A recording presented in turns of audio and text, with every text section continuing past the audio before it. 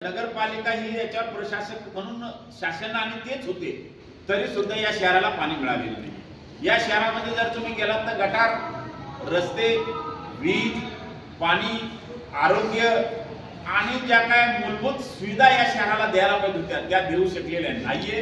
मी आमदार असताना, बाजूचे माजी मंत्री आदरणीय सत्तार सेठ आमदार असताना आम्ही दोघं त्यांनी खडकपूर्णातून पाईपलाईन मंजूर करण्यासाठी अजितदादा पवार आणि सुनील तटकरे साहेबांकडे गेले ते, तेव्हा मी राष्ट्रवादी काँग्रेस पक्षामध्ये होतो।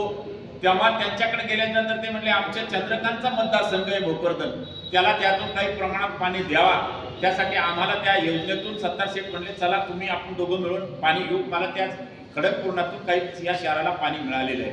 तरी सुद्धा दानवे साहेबांनी, केंद्रीय मंत्री माजी मंत्री यांनी त्यामध्ये लक्ष नाही दिलं, आमदार साहेबांना लक्ष नाही दिलं आणि काहीतरी 10-12 कोटीसाठी ती योजना पडली, बंद पडली। पण माननीय सत्तार शेठनं सांगितलं की आता ती योजना पूर्ण करतो। आमचा नगराध्यक्ष झाल्याच्या नंतर तातडीनं 3 तारखेला जेव्हा आम्ही विजय होऊ तेव्हा या योजनेमध्ये लक्ष घालू। मग राज्याचे मुख्यमंत्री असतील, उपमुख्यमंत्री असतील, दोन्ही उपमुख्यमंत्री असतील आणि ते राज्यकर्ते असतील, त्यांच्यापर्यंत रस्ता, पाणी, वीज यामध्ये राजकारण न करता समाजाला चांगल्या प्रकारे पाणी देण्याचं काम आणि या शहराला विकास करण्याचं काम हे नक्कीच, मागं काही चुका झाल्या असतील त्या चुका नक्कीच आम्ही सुधारू आणि जनतेला दिलेला शब्द पाळण्याचं काम राष्ट्रवादी काँग्रेस पार्टी शरदचंद्रजी पवार साहेबांचा पक्ष करेल। अनाथ शहरामध्ये एक दुपारी चर्चा होती की राष्ट्रवादीच्या उमेदवाराचा फॉर्म विड्रॉल होणार आहे, एकंदरीत म्हणजे चर्चेबद्दल काय सांगाल तुम्ही? खरोखर आता या चर्चा का निघतात मला माहित नाही। एवढा मोठा मजबूत आणि सुशिक्षित आणि सर्व समाजाला बरोबर घेऊन चालणारा आमचा उमेदवार आहे तुतारीचा, त्यामुळे ह्या चर्चा कशा करतात, कोण करतात, आता तसं बघितलं तर रावसाहेब पाटील दानवे साहेबांकडे खरोखर त्याला चित्तर आपण म्हणतो, चित्तर, बटर चित्तर, ते बटर चित्तर जादा प्रमाणात आहे हे जनतेला माहिती आहे, त्यामुळे त्यांनी ती चुकली टाकली असेल। पण तसं काही नाही, आज चित्र क्लिअर झालेलं आहे। राष्ट्रवादी काँग्रेस पार्टी शरदचंद्रजी पवार साहेबांची तुतारी ही आमची जनतेसमोर आणि आम्ही 1 प्रभाग ते 10 प्रभागामध्ये मजबूतपणानं त्यांच्या समोर टाकलेली आणि जनतेने ती ऍक्सेप्ट केलेली। तुम्ही म्हणता अनेक गुगल्या टाकले जातात, या निवडणुकीत अनेक गुगल्या टाकले जाणार आहे, तुम्ही कशा सामोरे जाणार आहे गुगल्या? खरोखर गुगल्या त्यांनी मागच्या वेळेस टाकल्या आणि मी आता 3 निवडणुकीला निवडून आलो, 3दा पडलो। पडण्यामध्ये सुद्धा मी ती 1,05,300 मतं घेतलेली, म्हणजे राज्यामध्ये पडून सुद्धा 3रा नंबर माझा आहे, त्याचा मला अभिमान आहे। हारलो पण खूप जास्त मतानं नाहीये, खूप जास्त मतं घेऊन हारलेलो आहे, त्यामुळे ते गुगल्या टाकण्यामध्ये पटायचे। आताही ते गुगल्या टाकतील, पण माझ्या तालुक्यातला या शहरातला समाज सर्व जाती धर्माचा, मग त्यामध्ये माझे मुस्लिम बांधव असतील, मराठा असेल, तेली असेल, माळी असेल, धनगर असेल, त्यानंतर ब्राह्मण असेल, या शहरातला 18 पगड जाती धर्माचा ओबीसी समाज असेल, त्यांना सगळ्यांना माहिती आहे दानवे साहेब गुगली टाकण्यामध्ये परफेक्ट आहे, ते त्यांच्या गुगलीमध्ये येणार नाही। तुतारी चिन्ह त्यांच्याबरोबर राहतील आणि तुतारीचं बटन दाबतील, हे माझ्या मनामध्ये कुठे शंका नाही। आज सभा झाली, त्या सभेमध्ये दोन्ही दाने अर्थात म्हणजे 3 दानेवाले माजी आमदार चंद्रकांत दाने, वनी खासदार आमदार संतोष दाने आणि माजी मंत्री रावसाहेब दाने, त्याच्यामध्ये म्हणजे सगळे चोर आहे म्हणे, दाने दाने गली गली चोर आहे, सगळे दाने चोर। यावर काय प्रतिक्रिया? याच्यामध्ये खरोखर आता नवीनच वाक्य ऐकलं, गली गली में शोर है, सब दानवे चोर है। आता त्यामध्ये चोर कोण आहे, खरोखर जर जनतेला बघितलं तर त्यामध्ये रावसाहेब पाटील दानवे आणि संतोष दानवे यांनी खूप वर्ष राजकारण केलेलं आहे। त्यामध्ये त्यांचं एक 50 जर उकडला तर त्यामध्ये भ्रष्टाचारात अनेक आरोपात ते मात्र त्यात गोरफटलेले।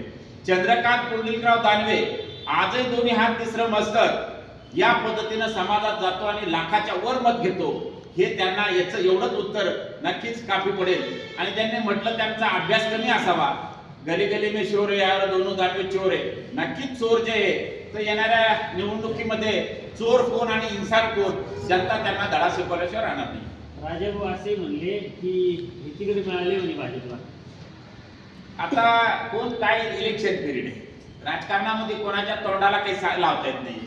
सन्माननीय काँग्रेसचेच नेत्यावर काहीतरी ते बोललात, काय म्हटले ते असं आहे की तोंडाचे ते आता निघले, घरात बसून काहीतरी राजकारण करतात, ते त्यांचं त्यांना माहिती आहे। पण चोर कोण आहे आणि सज्जन कोण आहे या तालुक्यातल्या सर्व जनतेला चांगला त्याचा अभ्यास आहे। 2 तारखेला तुतारीचं बटन एवढे लोक दाबणार आहे ते तुटल्याशिवाय राहणार नाहीये.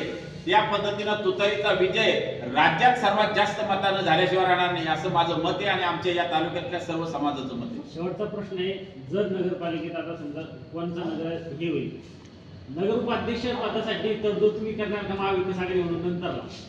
आता महाविकास आघाडीमध्ये आजही आमची तडजोड करण्यासाठी मी इच्छुकच होतो. माझा विरोधच नव्हता. आमचे समीम भाई होते आणि सगळे शेफिक शेठ आणि सगळेच होते, नसीब पठाण होते, कदीर भाई होते, आम्ही सर्वजण होतो.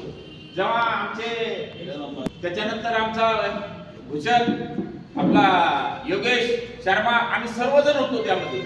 ते त्यांना सांगितलं की तुम्ही फक्त नगर अध्यक्षांचं वरचं बघा आणि युती करा. त्यांनी ते ऍक्सेप्ट केल्यामुळे ही युती तुटलेली आहे. त्यामुळे तसं काही नाहीये, जनतेने मनामध्ये ठरवलेलं आहे. आणि मी ज्या वेळेस या तालुक्याचा आमदार झालो आणि लोकांना माहिती आहे की हे शब्द दिल्याच्या नंतर पाळतात आणि कामं करतात, त्याच पद्धतीने या नगरपालिकेचा नगराध्यक्ष झाल्याच्या नंतर थोडासा विचार बदलून आणि जनतेचे जे काही प्रश्न असतील या शहरातले सर्व जाती धर्माचे ते सोडवण्यासाठी आम्ही वेळ देऊ आणि या तालुक्याला पुढे नेण्याचं काम, सुंदर करण्याचं काम नक्कीच केलं जाईल. हा शब्द त्या निमित्ताने मी आपल्याला अण्णा, महाविकास आघाडीची युती तोडण्यामध्ये कारणीभूत कोण आहे नेमकं? नाही, विकास आघाडीची युती करण्यासाठी आता बघा, आम्ही तर सांगितलं होतं महाविकास आघाडी करा आणि राष्ट्रवादी काँग्रेस पक्षाला तुतारी चिन्ह द्या आणि त्यात मुस्लिम कॅन्डिडेट द्या. या आमचे सर्वजण 21चे 21 त्यांनी सांगितलं आम्हाला जर देत नसेल तर पंजाब तुम्ही घ्या आणि पंजाबमध्ये मुस्लिम द्या.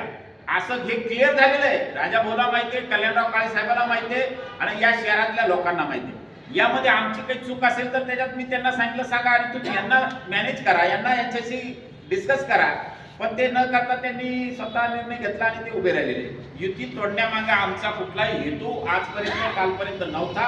पण नाईलाज आता तोडली तर घटनेनं दिलेले अधिकार आहे भारतरत्न डॉक्टर बाबासाहेब आंबेडकरांनी, त्याला धरून आम्ही जनतेमध्ये आज गेलेलो आहोत, जनतेला आव्हान केलेले.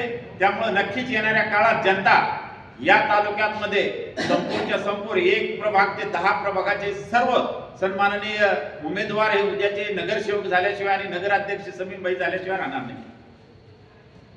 राजा भाऊ यांनी असं म्हटलेलं आहे की तुमच्याकडे 17 उमेदवार, बाकीचे उमेदवार का नाही असं? आमच्याकडं महत्वाचं आहे की 17 उमेदवार आहे. आमचा एक मधला फिरे याला त्यांना ते एक